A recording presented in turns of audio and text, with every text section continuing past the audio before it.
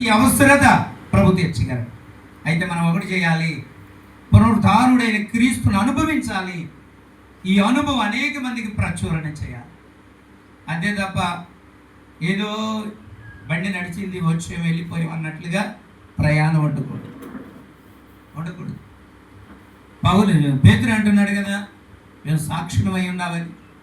సరసాల్లో ఉండి కూడా ప్రశాంతంగా ఉన్నాడు. సరసాలు కూడా ఏమీ చేయలేకపోయినాయి పేతురుని. సిలువ మరణానికి కూడా భయపడలా. నన్ను తల్లకిందులుగా సిలువేయండి, నేను హతసాక్షిని అయిపోతాను, మా దేవుడు పునరుద్ధానుడు, మీరు చంపగలరేమో కానీ నన్ను తిరిగి బ్రతికించగలిగిన దేవుడు ఉన్నాడు. పగడాల ప్రవీణ్ గారి గురించి కూడా నేను చాలా సంతోషపడతాను. ఈ చిత్రం తెలుసా, మీరు విన్నారా? 2000 కోట్ల ఆస్తుపరుడు అంటే ఆయన. విన్నారా? 2000 కోట్ల ఆస్తున్న వ్యక్తి 350 రూపాయల బంధు బాటలు తాగుతాడా? ఆ మాటకి నాకే నరాలు ఉబ్బిపోయింది.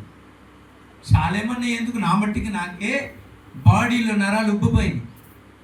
నేను కూడా రాత్రి కూడా ప్రార్థన చేశాను, అన్న విషయంలో న్యాయం చే ప్రభుత్వాన్ని నాయన నిదానించు, నిలబెట్టు, వాళ్ళని నువ్వు తీసుకురా. గొప్ప దైవజనుడని విన్నా. 200 మంది పిల్లలకి ఒక నెలకు వచ్చి 20 లక్షల రూపాయలు ఖర్చు పెట్టి ఆయన పరిచర్య చేస్తూ ఉన్నాడు. నేను విన్నాను, నా భార్య నేను కంపెనీని పెట్టి 13 గంటలు కష్టపడతామన్నాడు. విన్నారా? నా భార్య నేను పరిచర్య కొరకు ఎన్నుకోలేదు, నేను చేసే బిజినెస్ పరిచర్యగా మార్చుకున్నానన్నాడు. అంత గొప్ప దైవజనుడు. మరణం గురించి భయం లేదు ఆయనకి. ఎన్నోసార్లు చెప్పాడు ప్రసంగాల్లో, నేను చనిపోయినా, నన్ను చంపినా నేను ప్రకటిస్తున్న దేవుడు సామాన్యమైన దేవుడిగా, నేను ప్రకటిస్తున్న దేవుడి ప్రపంచంలో విశ్వానికిలో గొప్పవాడు ఆయనే.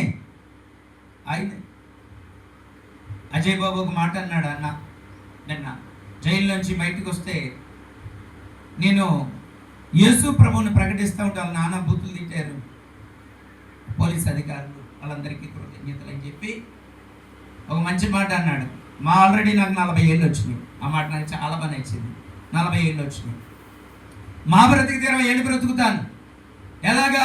స్ట్రోక్ రాకుండా ఉంటే, యాక్సిడెంట్ అవ్వకుండా ఉంటే, మన లాంటి కరోనా రాకుండా ఉంటే ఇంకో 20 ఏళ్ళు బతుకుతాను అంతే. అలాగే నీ చావు అంటే భయం లేదు, బ్రతకడానికి ఆశ లేదు.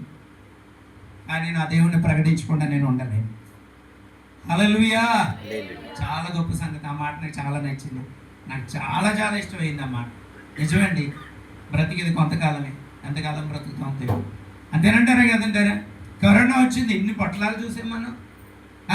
నాకు ఇప్పటికీ ఆశ్చర్యం. బాధపడి అంటే ఒక మాట చెప్తా, బాధపడి అంటే కరోనాలో వైరాగ్యం వచ్చేసింది ప్రజలకి, ఇక చావు లేదు, చచ్చిపోతామని.